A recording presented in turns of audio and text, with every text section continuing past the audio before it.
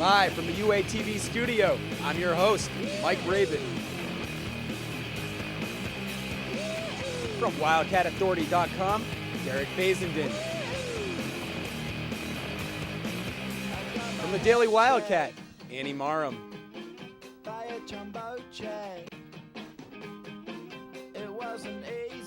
And from Camp Radio, sports director, Zach Clark. This is the Dorm Room Sports Chat.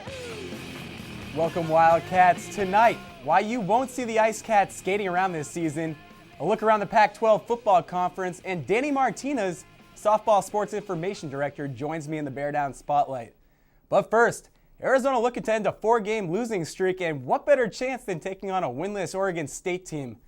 Just like the past 4 games, Arizona went down big early, trailing 27-6 at the half.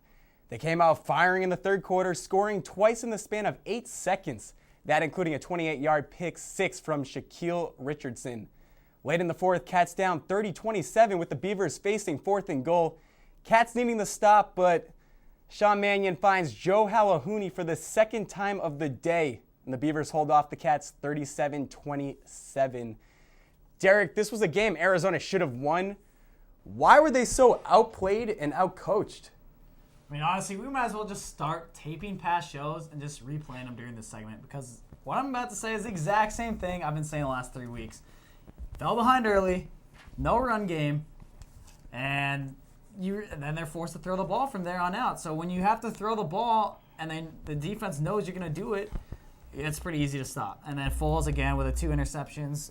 He got it together, but it was a little too late. Yeah, but at least this time, the Arizona Wildcats were able to get momentum early, forcing an interception first drive right off the bat with Shaq Richardson, but couldn't capitalize. And, that's been the story of the season up to this point.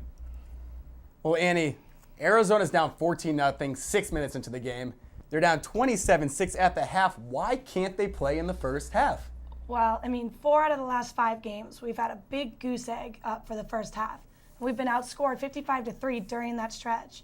And I would say it's, a lack of the team being together for a while, but if you can't contend in that first half, there's no playing catch-up with teams like this. Honestly, at least the kicking was good, though. They stepped up. Our special teams, they're always there for us. Zach, 5 different Arizona players rushed the ball this game for a combined 53 yards. Antolin had 6 carries. Carey had 8.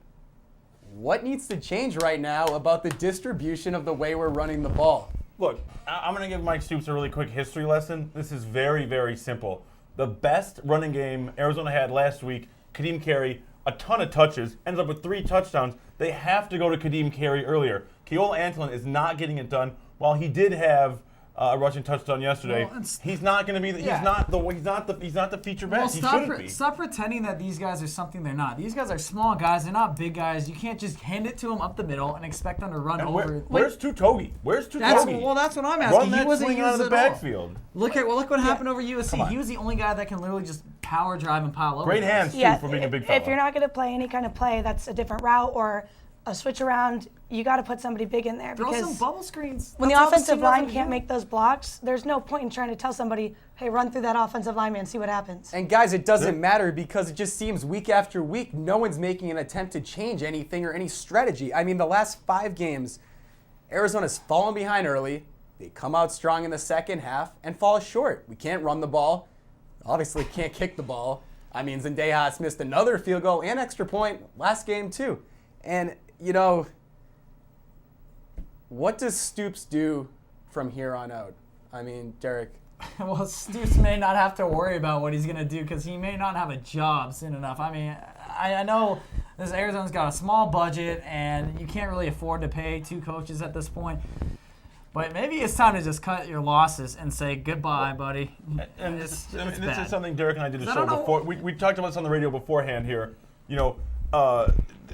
What do you say at halftime? Here's the problem. Here's the problem. It's the bye week. Most coaches on their bye week go out and recruit. Are you going to send Mike Stoops on an airplane and put him in somebody's living room and say, come play for me? No. It's like, what are you supposed to say? Well, I've got the wins back. Are you nuts? During the press conference, I just didn't like the way he handled himself. He put blame specifically on special teams and specifically on Zendejas, which that's where blame should go, but do something about it. You've gotta That's why take you're the the blame. coach. He's the one that's That's putting why him you in need the to do game. this. Here, Annie. How many chances does he get? Anna, I want you to answer this for me. Arizona's off next weekend. They're at UCLA the Thursday after that. So they have some time right now. How important is it for this team to regroup and mentally get these players back on the same page right now? It's only mid-season. They can still make a run right now if they have a chance. This is make it or break it. This bye week is vital to what the Wildcats need. We need time for our injuries. Jerron Kreiner is out right now. Shouldn't be that bad of an injury, but we need time. We need time to get special teams under order. I mean, if open tryouts is what needs to happen, it needs to happen.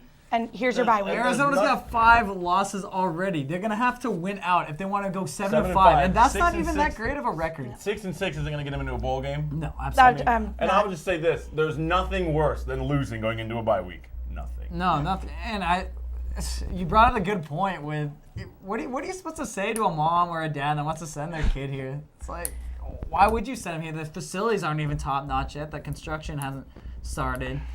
It's bad. It's looking bleak, and you start to just kind of throw your hands up and wonder what happened in the span of 3 years. Because 2 years ago, even 1 year ago at this time, things were looking pretty good. At this point, Arizona was number 9 in the country last year. I mean, what is Like happening? I said, things were looking pretty good. Well, they're definitely on a downfall right now. I mean, Arizona, you're off next weekend. Please regroup and come back and give us something positive to say about you guys.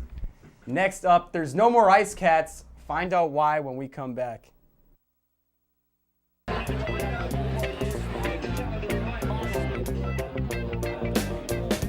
life I lead is enough of a dog. I may have fleas, but I run a yard. I see those clones looking down on me, but unlike those clones, this dog is free. Oh Lord, it's a dog's life.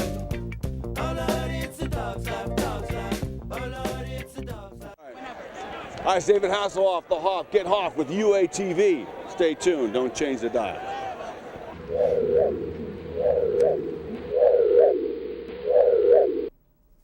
Out with the old, in with the new. Arizona has cut ties with both the Ice Cats and former coach Leo Galambewski.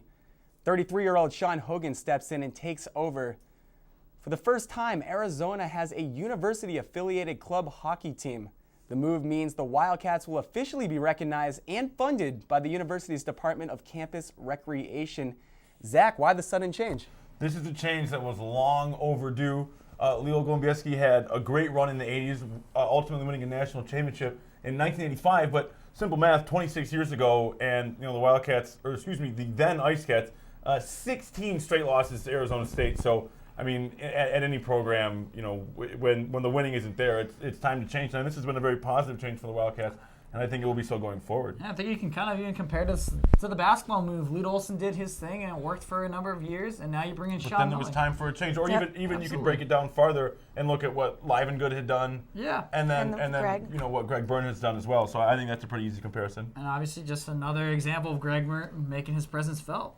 Well, now, Derek, change is good. Galambewski spent over 3 decades with the Ice Cats, and now he's replaced by the young Sean Hogan. What's Hogan going to bring to the table this season? Hogan's going to bring, first of all, 2 national championships at Oakland University. He was on the staff at Western Michigan, a pretty respected program in their own right.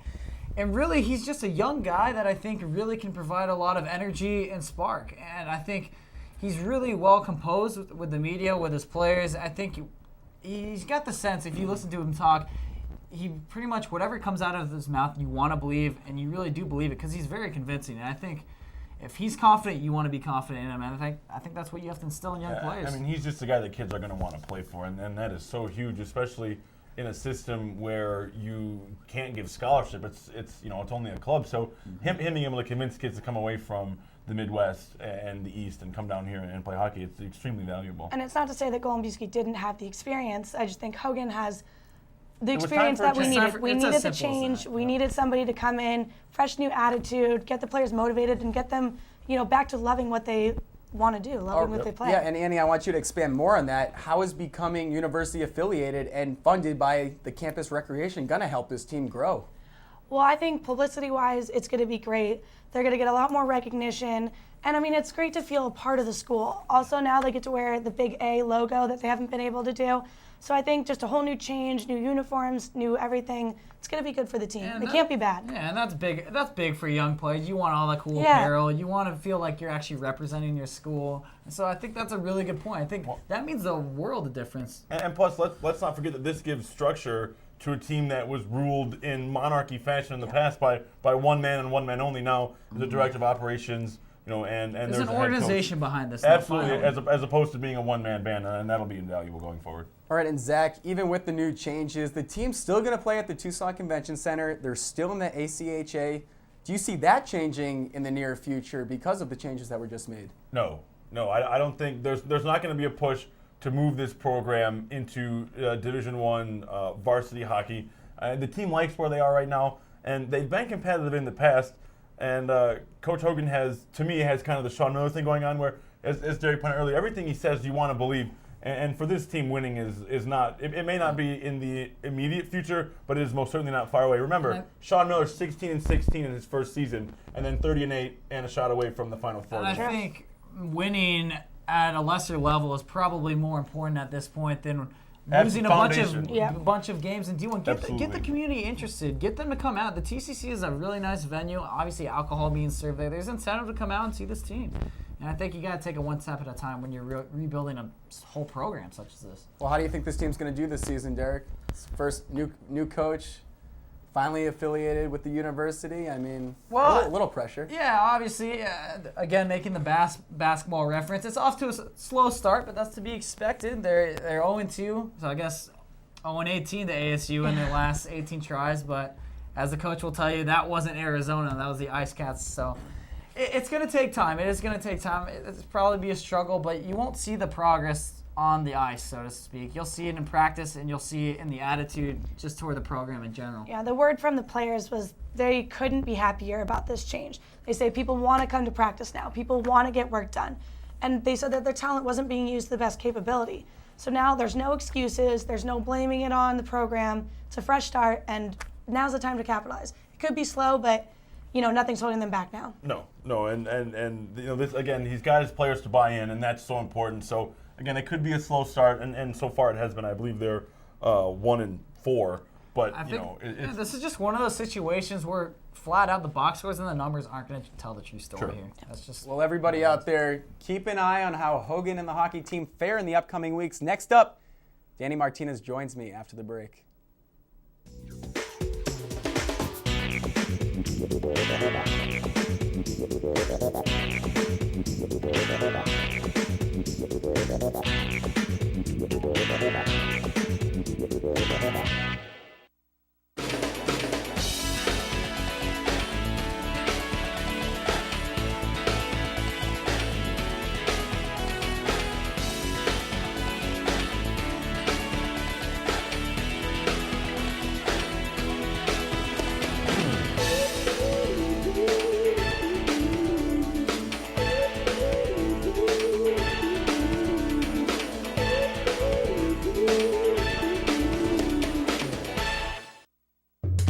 And now it's time for the Bear Down Spotlight, brought to you by UATV. Welcome back. I'm here with Danny Martinez from the softball team. How you doing tonight, Danny? I'm doing well. How are you? I'm doing great. You think you could manage the Bear Down Spotlight tonight? I think I can handle it. All right, we're going to start right now. Disappointing finish last season. Arizona fell short to Oklahoma in the Super Regional. How did they bounce back and build on that for this season? Well, as strange as this sounds, I don't think you do build on it. I actually think that you kind of tear down all the bad habits that we've built and kind of start again from scratch, trying to change the culture. You talked about this with the hockey team. Arizona made some coaching changes. They're going to make some personnel changes, and I think it's about bringing a new attitude to the game that they were kind of lacking last year. So I think it's just a complete change of culture. Like the Ice Cats to the Wildcats. I think that's a good comparison. I think you're going to see a different team out there this year. Well, what did Coach Candrea focus most on in this offseason? Well, number one, he really focused on getting this team their head straight. I mean, tangibly, this team is incredibly talented. and should be able to compete with anybody in the country, top 5 talent-wise, but something was lacking mentally, and so just trying to get the players' heads straight and get the team to believe in itself. And I understand there were some coaching changes made this season. Yes, Arizona hired Stacey Iveson, who won 2 national championships with Yavapai, as well as 2 national championships with Pima. And I think that hire is monumental for this team. And also, they brought in former 4-time All-American, the strikeout leader in Arizona history, Alicia Hollowell, for the director of operations, and her presence as well. She's a winner, a national champion, as well as just one of the best pitchers Arizona's ever seen. So. And do you think that these changes are going to affect the strategy and the way you approach this next season? Well, I think that it's more behind the scenes, I guess. More, For instance, our now sophomore pitcher, Shelby Babcock, with Teresa Wilson last year, who Stacey Iveson replaced. Coach Wilson changed up Shelby Babcock's rotation, and maybe affected, her results. Had a up and down freshman season, and Stacey Iveson has come in and let her go back to her, normal rotation. Or normal, delivery. That's the word. And I think it's more player based, just making the players feel comfortable, and I think it's going to be a really, really good thing for this team. And it sounds like it. And I know these girls are back at practice. Yes. What's the mindset been like with all these girls? Well, Coach Candrea has threatened these girls that he's going to make cuts. There are 24 girls on the roster. He wants to keep about 15. So if that's not the ultimate kick in the butt to these girls to, focus and get things right now, I don't know what is. So, yeah. And now you guys lost Maddie Hack, but you gained Jessica Spigner from Tennessee. What do you think she's going to bring to the table? Well, Jessica has a ton of experience in the SEC, nonetheless. 3 years experience in the second best softball conference, Pac-10, Pac-12, obviously takes the cake on that one. But so she brings her experience, but also she has just an electric bat. From what I've seen in practice and in the game against Pima today, she can hit it. She can hit for average. She can hit for power. One of the things that Coach Candrea was worried about with Jessica was her defense. And I got to be honest, from what I've seen, she looks pretty sharp on that side of the ball as well. And you're going to need that too, because, Kenzie's going to need all the run support she can get. And speaking of run support, fall ball kicked off today. You guys took on Pima. Yep. I believe you won 18-0. 18-0. 22 hits? 21 hits. 21 hits. Yes. Tell me about the performance today. Well, it is Pima, but understand that Pima's actually, pretty good in its own division, in its own conference. So it's not like we're taking on a high school team or anything like that. And last year in fall ball, Arizona actually almost lost to Pima. So coming out, I think everyone was a little eager to see if there was a little rust that needed to be shaken off, or if there was any kinks with all the newcomers, all the new parts, but it just seemed like they kicked right into it and looked really sharp on both sides of the ball, which is really good. It is, and I want to finish this off. Last question. Okay. What do you expect from the team this year? Do you think they have a shot at it? I think it's a little bit too early to tell, but I'm not going to dance around your question. I will answer it. I fully expect this team to make it back to Oklahoma City in the Women's College World Series, and I'll leave it at that for now. I think this team has the capabilities to win it all. Absolutely. Anytime Mike Candrea coach team takes the field, it does, and we'll have to see, I guess. We'll leave it at that. You stepped it up. Danny Martinez, you're off the Bear Down spotlight. I want to thank you for coming on this show tonight. Arizona's going to take on Phoenix College this Friday. When we come back, find out what football teams we think could contend for a Pac-12 title and who might just be packing up early. Stay with us. UATV 3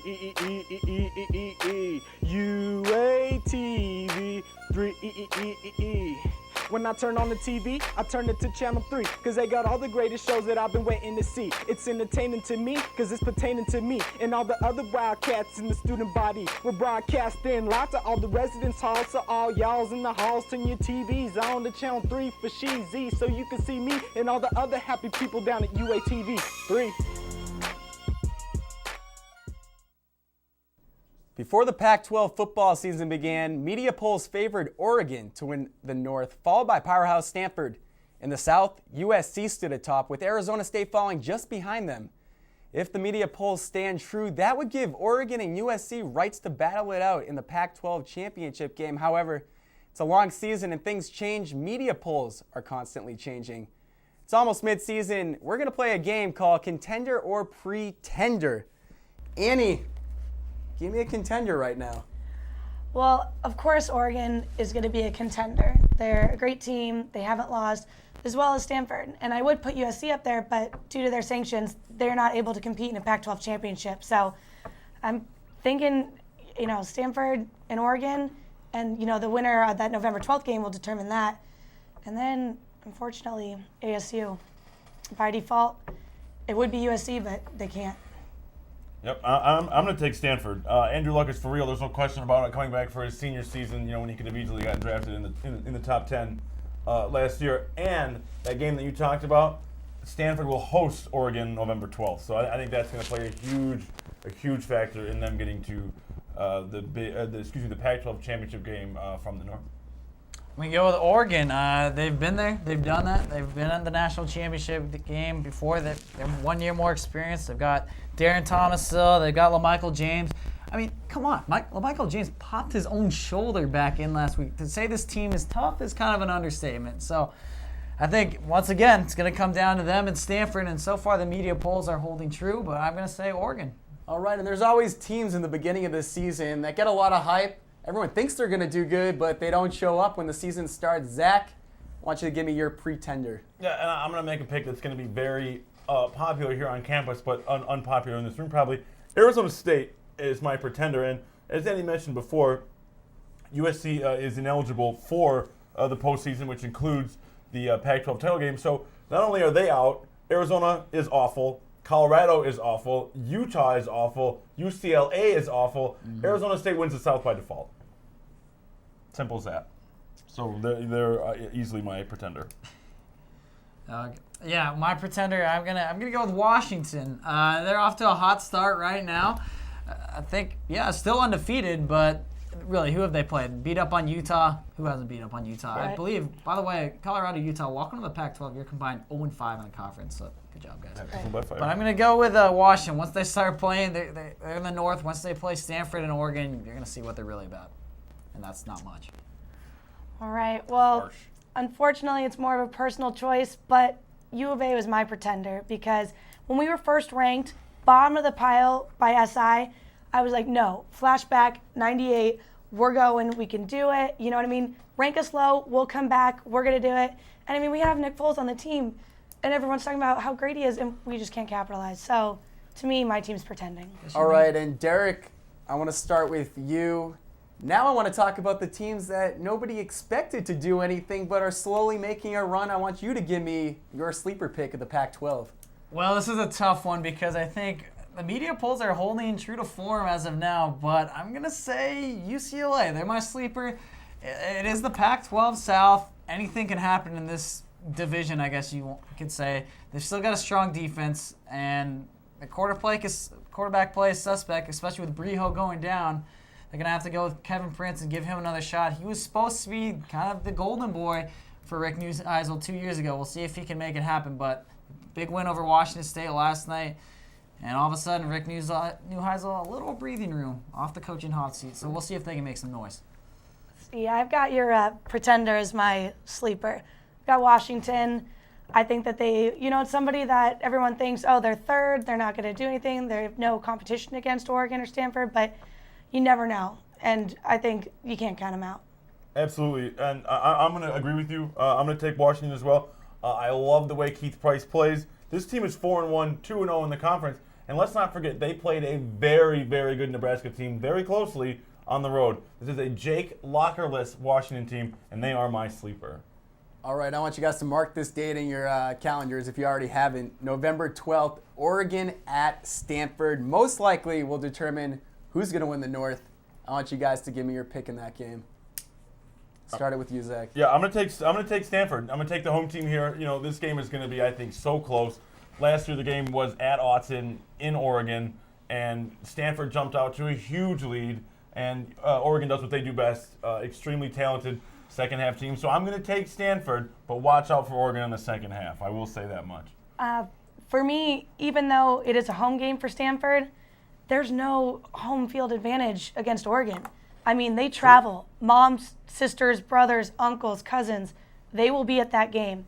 So as far as home field advantage, I mean, you always got to watch out for Andrew Luck, but I'm going with Oregon.